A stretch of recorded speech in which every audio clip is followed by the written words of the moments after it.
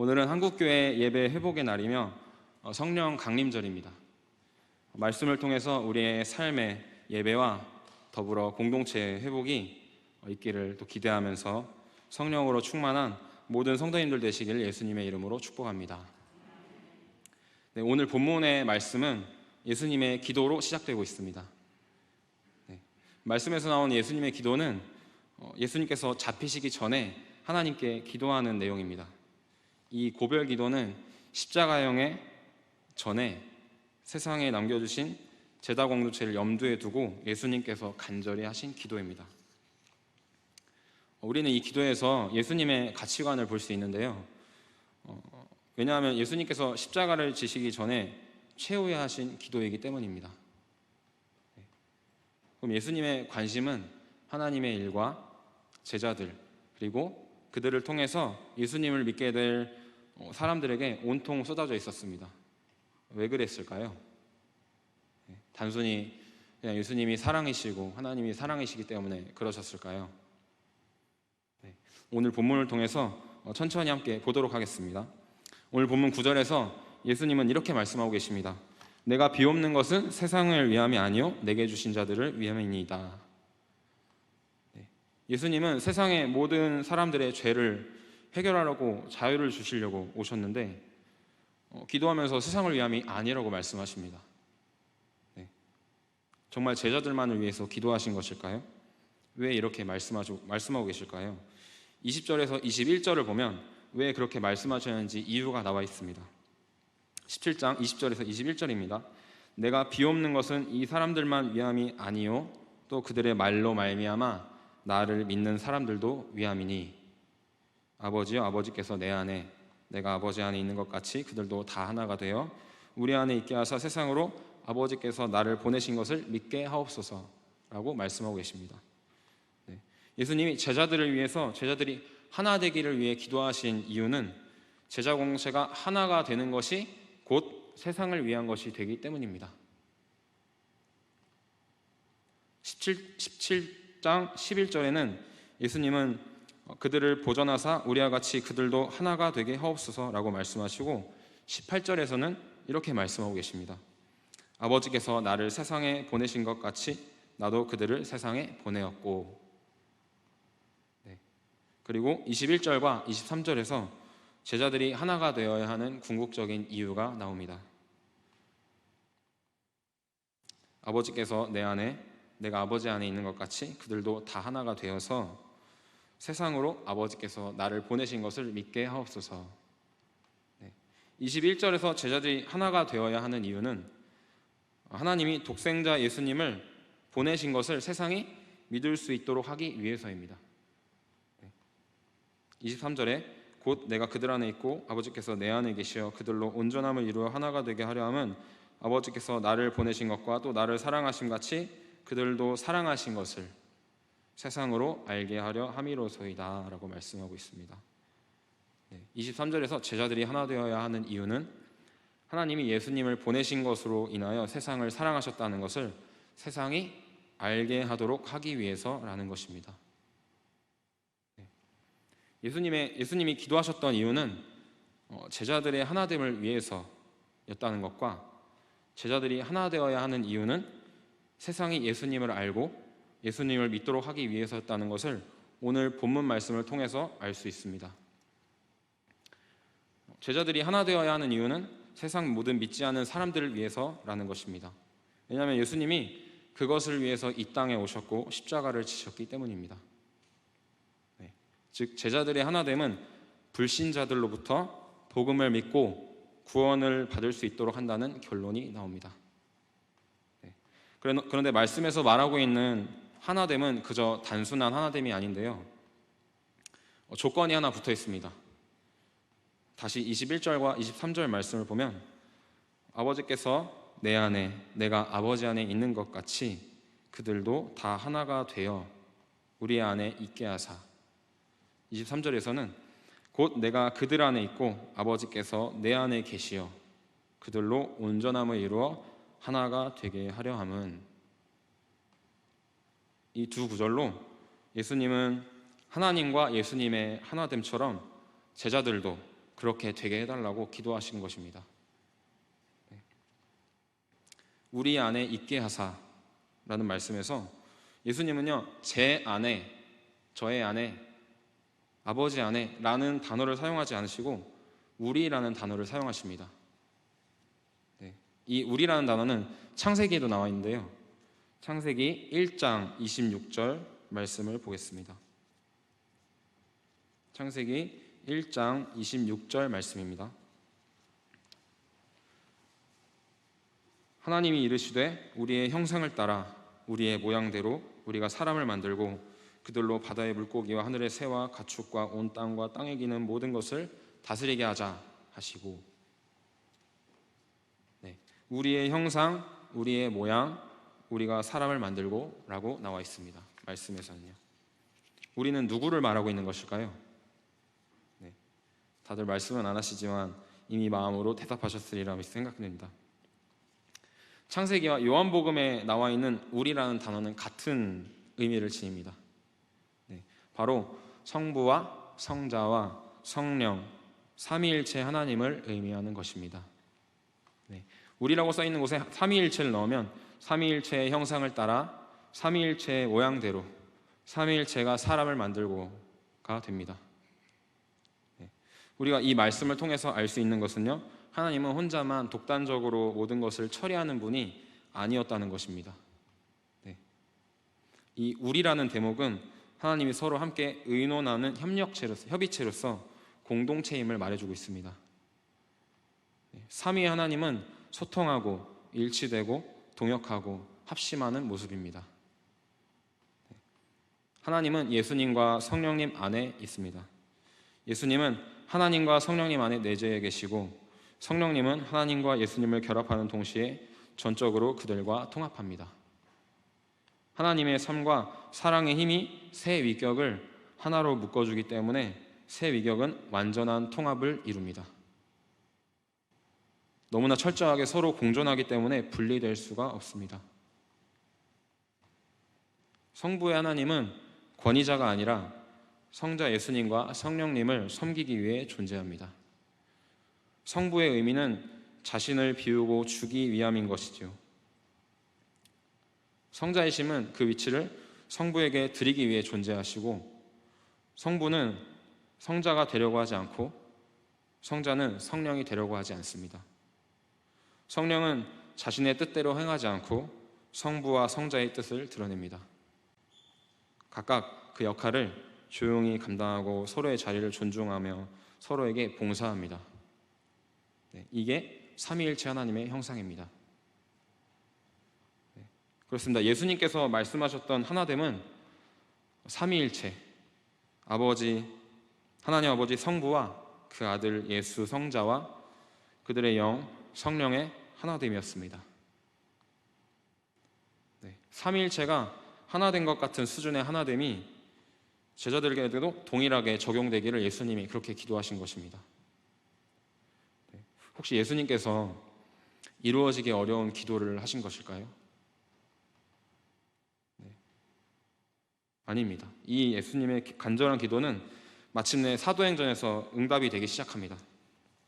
예수님이 하늘로 올려지시고 오순절에 임한 성령의 충만함으로 최초의 교회, 즉 초대교회가 세워지게 됩니다. 제자들 이외에 3,000명의 사람들이 세례를 받았고 제자 공동체는 예수님의 기도 제목처럼 하나가 되는데 성공합니다. 사도행전 2장 41절에서 47절 말씀을 보겠습니다. 사도행전 2장 41절에서 47절 말씀입니다. 그 말을 받은 사람들은 세례를 받음에 이날의 신도의 수가 3,000이나 더하더라. 그들이 사도의 가르침을 받아 서로 교제하고 떡을 떼며 오로지 기도하기를 힘쓰니라. 사람마다 두려워하는데 사도들로 말미암아 기사와 표적이 많이 나타나니 믿는 사람이 다 함께 있어 모든 물건을 서로 통용하고 또 재산과 소유를 팔아 각 사람의 필요를 따라 나눠주며 날마다 마음을 같이하여 성전에 모이기를 힘쓰고 집에서 떡을 떼며 기쁨과 순전한 마음으로 음식을 먹고 하나님을 찬미하며 또 온 백성에게 칭송을 받으니 주께서 구원받는 사람을 날마다 더하게 하시니라. 아멘. 하나된 모습은 방금 함께 읽은 이 말씀과 같습니다. 가르침으로 교제하고 함께 음식을 나누며 성찬하고 기도에 힘쓰고 기도에 힘쓰니까 기사와 표적이 많이 나타났습니다. 주 안에서 깊은 교제와 기도의 능력이 기사와 표적으로 나타난 것입니다. 또 모든 물건을 서로 통용하고 재산과 소유를 팔아 필요에 따라 나누었습니다. 주목할 만한 점이 바로 이 대목입니다. 재산과 소유를 팔아 필요에 따라 나누었습니다. 사도행전 4장 33절에서 37절에서도 이 모습을 볼 수 있습니다. 사도행전 4장 33절에서 37절 함께 읽도록 하겠습니다. 시작. 믿는 무리가 한 마음과 32절부터 읽겠습니다. 시작. 믿는 무리가 한 마음과 한 뜻이 되어 모든 물건을 서로 통용하고 자기 재물을 조금이라도 자기 것이라 하는 이가 하나도 없더라. 사도들이 큰 권능으로 주 예수의 부활을 증언하니 무리가 큰 은혜를 받아 그 중에 가난한 사람이 없으니 이는 밭과 집에 있는 자는 팔아 그 판의 것을 가져다가 사도들의 발 앞에 두매 그들이 각 사람의 필요를 따라 나누어 줌이라. 구브로에서 난 레위족 사람이 있으니 이름은 요셉이라. 사도들이 일컬어 바나바라 번역하면 위로의 아들이라 하니 그가 밭이 있음에 팔아 그 값을 가지고 사도들의 발 앞에 두니라. 아멘. 자, 우리는 이 말씀에서 공동체의 대단한 일치와 화합을 볼 수가 있습니다. 성령이 임했을 때 땅을 가질 수 없는 족속이 레위 족속입니다. 레위 족속. 그 레위 족속에 바나바라는 사람이 있었는데요. 바나바에게 성령이 임하자 자신의 땅을 가난한 이들을 위해서 사도들의 발 앞에 내어놓습니다. 이 이야기 이후에 아나니아와 삽비라 얘기를 잘 아시죠? 그 얘기가 나오고 있습니다. 모두 자발적으로 드렸기 때문에 아나니아와 삽비라는 보여주기 위해서 거짓말을 쳤죠. 34절에서 가난한 사람이 없었다고 이야기합니다.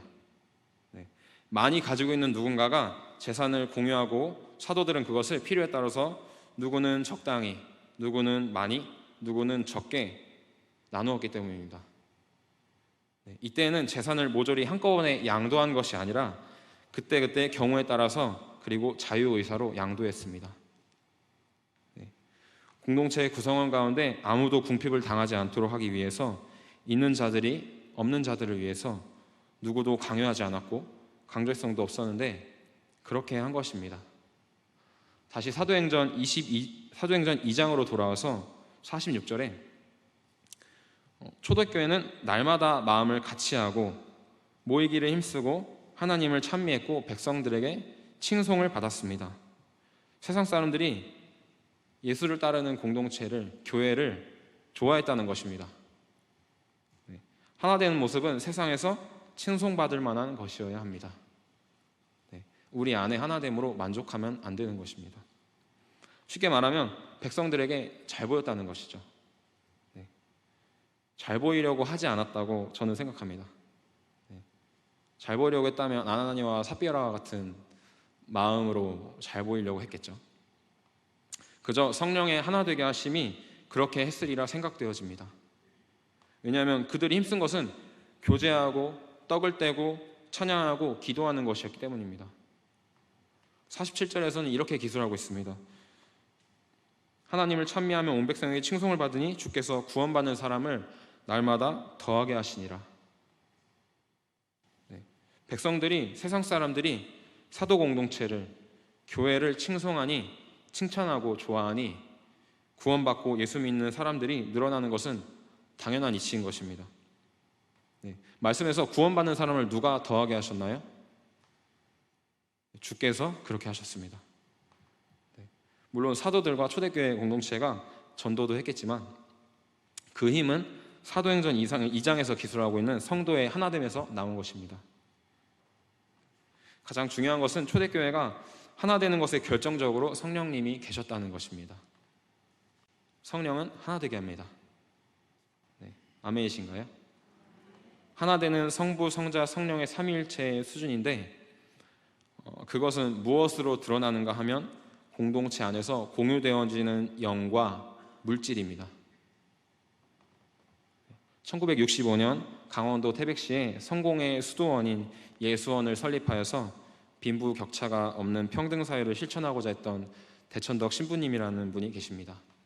그분이 이렇게 말했습니다. 물질적인 것과 영적인 것은 분리될 수 없습니다. 물질적 문제는 기도와 영적 전쟁이 없이는 해결될 수 없으며 영적인 문제는 현실의 삶, 즉 실제적인 문제를 직면하지 않고는 해결될 수 없습니다.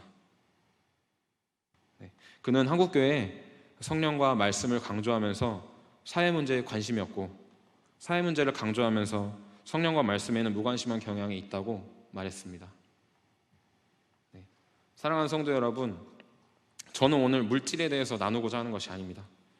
우리의 마음이 어디에 있는지 점검해 보자는 것입니다.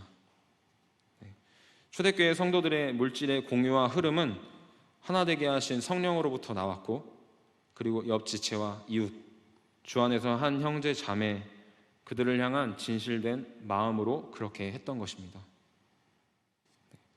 사단은요, 하나 되는 것을 아주 싫어합니다.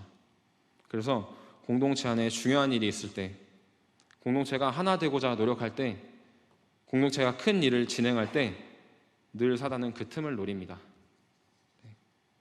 갈라디아서 5장에서 바울은 육체의 일과 성령의 열매를 대조하면서 이렇게 권면합니다. 갈라디아서 5장 16절에서 26절입니다. 내가 이르노니 너희는 성령을 따라 행하라. 그리하면 육체의 욕심을 이루지 아니하리라. 육체의 소욕은 성령을 거스르고 성령은 육체를 거스르나니 이 둘이 서로 대적하므로 너희가 원하는 것을 하지 못하게 하려 함이니라. 너희가 만일 성령의 인도하시는 바가 되면 율법 아래 있지 아니하리라. 육체의 일은 분명하니 곧 음행과 더러운 것과 호색과 우상숭배와 주술과 원수 맺는 것과 분쟁과 시기와 분냄과 당짓는 것과 분열함과 이단과 투기와 술취함과 방탕함과 또 그와 같은 것들이라. 전에 너희에게 경계한 것 같이 경계하노니 이런 일을 하는 자들은 하나님의 나라를 유업으로 받지 못할 것이요 오직 성령의 열매는 사랑과 희락과 화평과 오래 참음과 자비와 양선과 충성과 온유와 절제니 이 같은 것을 금지할 법이 없느니라. 그리스도 예수의 사람들은 육체와 함께 그 정욕과 탐심을 십자가에 못 박았느니라. 만일 우리가 성령으로 살면 또한 성령으로 행할지니 헛된 영광을 구하여 서로 노엽게 하거나 서로 투기하지 말지니라. 바울은요, 육체의 일 12가지를 말하고 있습니다. 그 중에 반 이상이요, 공동체를 하나 되지 못하게 하는 것들입니다. 원수 맺는 것, 분쟁, 시기, 분냄, 당짓는 것, 분열, 이단, 투기. 사단이 좋아하는 것입니다. 반면 성령의 열매는요, 공동체 안에서 또는 누군가의 관계성 안에서만 이루어질 수 있는 것들입니다. 오직 성령의 열매는 사랑과 희락과 화평과 오래 참음과 자비와 양선과 충성과 온유와 절제니. 사랑할 대상이 있어야 사랑을 하죠. 혼자 기뻐할 수가 없죠. 오래 참을 수가 없죠. 자비를 누구에게 베풀까요? 관계성이 있어야 자비를 베풀 수 있습니다. 양선을, 충성을, 온유를, 절제를 누군가가 있어야 필요한 것입니다. 성령을 받고 충만하더라도 혼자만 있는다면 이러한 성령의 열매들은 맺을 수가 없습니다. 성령의 열매는 관계에서 맺어가는 것이기 때문입니다.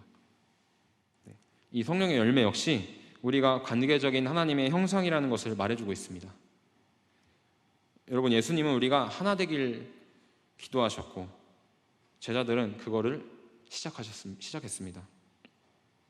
그렇다면 수많은 사람들을 통해 제자가 되겠다던 우리는 오늘 어떤 마음으로 살고 있는지 한번 돌아보시기 바랍니다. 옆 지체, 옆 권사님, 집사님, 장로님, 청소년들, 청년들, 어린이들의 마음을 헤아려 보려고 해보셨습니까? 이웃의 마음과 슬픔과 고통과 기쁨에 어떤 관심이 있으셨습니까? 다른 것에 관심이 있었고 주님을 대하듯 마음을 쓰지 못했다면 회개하고 이제부터라도 서로를 위해 중보하고 사랑하고 하나 되기에 힘쓰시길 원합니다. 예수님의 간절한 기도 제목이 우리의 모습과 우리의 삶과 우리의 예배와 우리의 하나됨으로 이제 완전하게 응답되어야 하지 않겠습니까? 성령 받은 자는 하라고 하지 않아도 기도하기에 힘씁니다. 하라고 하지 않아도 가르침 받은 것으로 교제하기에 힘씁니다.